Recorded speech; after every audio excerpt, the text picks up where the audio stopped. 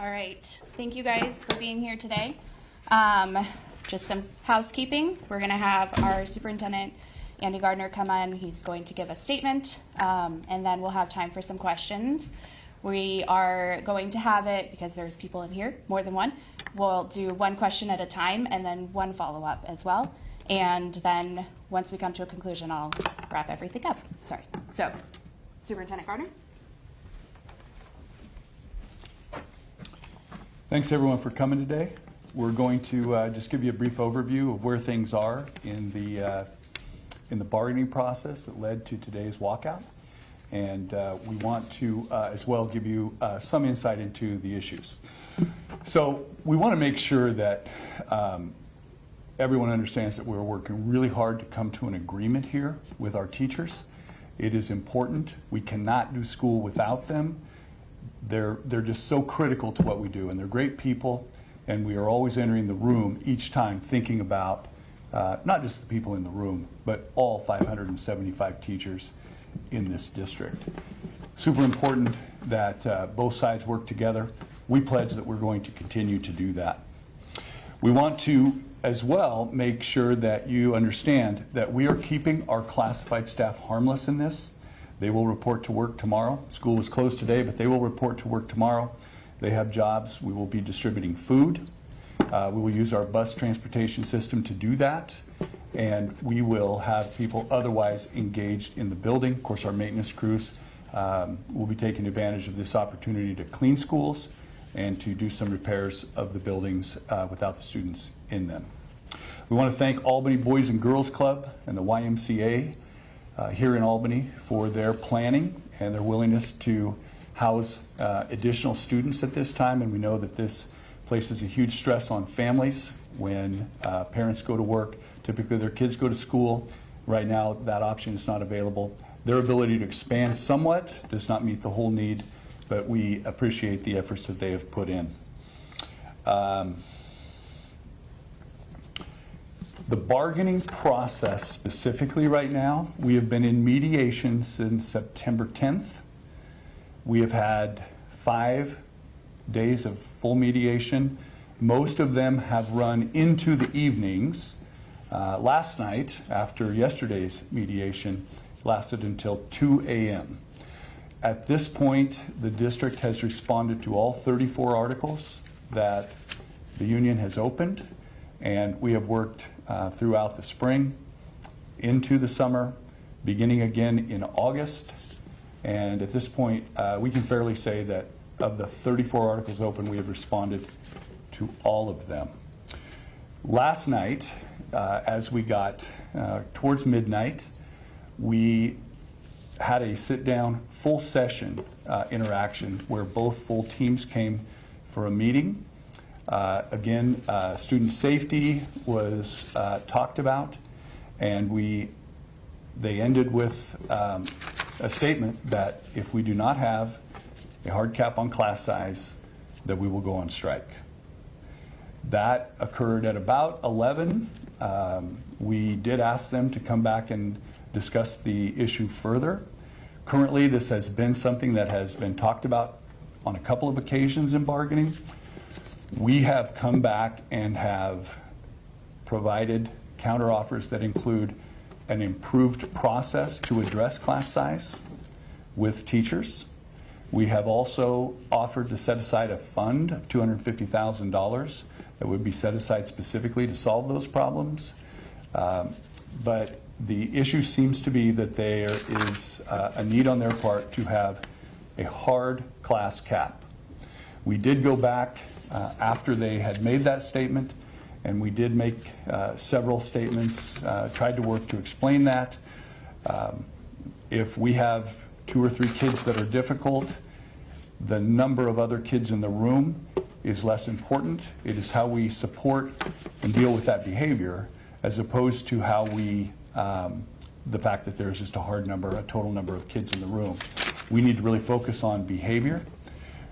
We were able already in this bargaining on October 25th to reach an agreement with the union on the article called behavior management.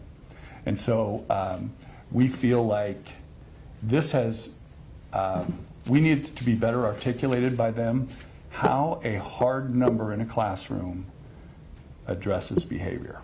And I know that there is a lot of emotion around that, but we feel like there have been a lot of strides. This is something we've already TA'd, and we want to continue to have those discussions.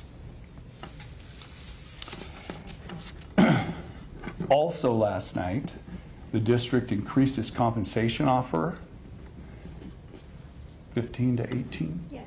So over 3 years of this contract, we have two issues here. The first is our teachers lost about 9% against inflation over the 2021 to 24 contract. We could see that bubble of inflation, and that has eroded. A family of 2 teachers living in this district now is able to buy what 91 cents could buy 3 years ago. And so we know that, we knew that coming into this year, and we addressed through the cutting of staff and program, creating room for this offer. And that was a really important part of our plan. We do need to catch people up against inflation. At the same time, we also have done salary analysis, and we know that our top teachers, our most senior teachers, are paid below the market. Thus they, the people at the top of the scale, are getting an additional 2% increase over the rest because they are very low. Our younger teachers are fairly well compensated and have competitive salaries, but that is the area where we needed to work. And so we set that aside, and again, it comes to 15% over 3 years, 18% for the people at the top. As we go forward, schools were closed today in anticipation to make sure that we had everything prepped out. As we go forward this week, we will continue to work. Mediation is set for tomorrow. We plan to be there. GAEA will be too, and we'll work towards a solution. And we are not going to break off negotiations. We are going to keep working until we get a deal done. This is a huge hardship on families. We've had several queries about from parents who are going to lose the days that they were saving for Christmas because they're going to have to stay home for childcare, and we know that that's a hardship. We also want our kids in schools. We believe that many of these schools are the safest place for their kids. They are the place where the kids are fed. They are the place where the kids need to be during the school year, learning and moving forward. And finally, I would just like to say this again. We know that the teachers of this district care about the kids. We know that they do a great job. When I go to the schools, I see good relationships where adults and kids interact with each other with smiles on their faces, and we want that, to get that back as soon as possible. I'll take questions. We have not set a hard time yet. We just finished locating the place. Mediation, once a strike is set, does not occur in any district building. So, Hans. Are there any plans for makeup days, or that the district is working on in anticipation of this day being closed for students and maybe future days being missed? Great question. The question, I'll try to repeat the questions. The question is, are there any plans for makeup days? Because this is happening in November, we do not know yet what weather will do as well. And so at this time, no plans have been made. Yes. Have you had conversations with the governor's office, with state lawmakers about this being part of the whole question about funding education? I have not personally. I know that the Confederation of Oregon School Administrators has. I know that the Oregon School Boards Association has. We have actually put together a group of superintendents to work on a COSA funding coalition. And yes, we are speaking at length about that and about how to improve that number. And we know that the governor has put together a new way of looking at the roll-up in the state fund. The only thing that I would see is missing is there doesn't seem to be anything in that that acknowledges that over the last 3 years we did lose approximately 9%. What do you see if you give the teachers what they're asking for to settle this based on what they're asking for? What do you see as the repercussions? Well, I think the class size cap becomes a pretty blunt tool to deal with, for example, behavior. We have 2 high schools in this district. We have 4 middle schools. We have 14 elementaries that are rather small. If we were to add a teacher because of a class size cap being in excess, many of our schools don't have another room. There is there are just some challenges with that, and so the cap actually is language that will cost money. So that's an issue. But at the same time, both groups, and I compliment the teachers, they had started with a large insurance. They learned that they had a good insurance number here compared to other districts. They have come down, and we have a general agreement, I think. We're pretty close on insurance.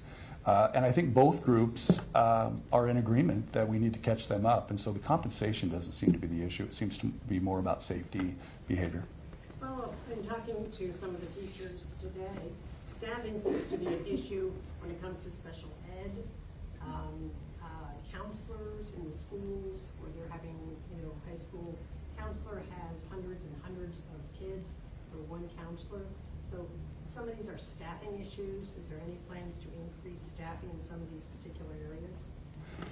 Well, the governor may have more to say about that than I do right now. I can't get back to you with the exact specifics. We have met with them, the union, in special ed, for example, and they have not been, they have seen what our ratio is, for example, in special ed for caseload, and they have agreed that those are pretty good numbers. I couldn't speak about how those compare to other districts. Go ahead. I'm waiting for the next one. I was going to say, what about prep time? They're saying that they need more prep time too to be able to grade their papers, get their classes ready for the next day. They also said that they've lost prep time in previous years.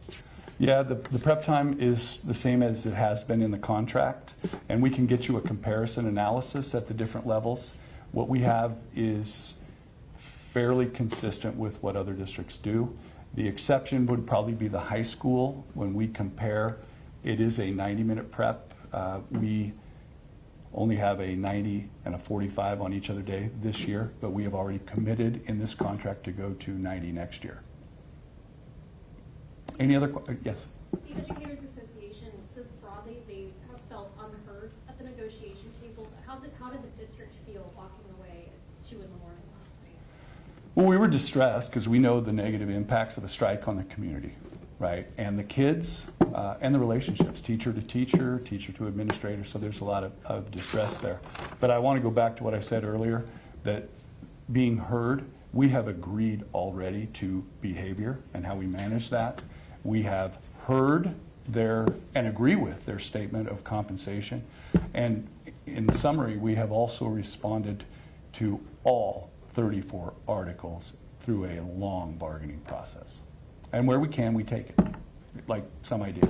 So I think this group behind me has leaned in, and we have listened, and we have engaged in side meetings with them, but I don't think that there's been a lack of effort on our part or a callousness of any kind.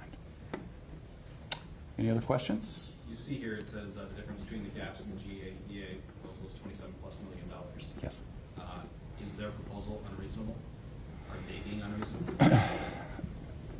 So we ended this last year in June. We brought $15 million of ending fund balance into this year, closer to 16, somewhere in between. And we worked really hard to save that. We cut a local preschool that was beloved because we could no longer carry that. It was not one of our programs. And so we made a lot of sacrifices in order to do this. But we still have to have money as well in a reserve. One of the real challenges here has been they can see, teachers can see, the community can see that we have 15 million ending fund balance. And there's an understanding, I think, that we just have $15 just sitting there. But we are going to end this year without any other unforeseen emergencies.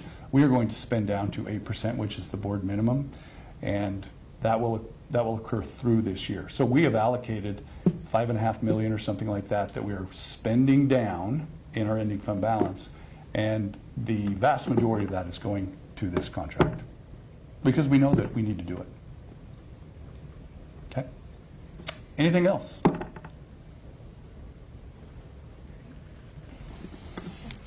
Thank you. Thank you, guys. Thank Thank you guys for being here. If you have any follow-up questions moving forward, feel free to email me. And otherwise, we will just keep you guys updated on next steps. And if we were to hold another press conference, I'll give you guys a heads up before then. So thank you guys so much for your time. Thank you. Thank you.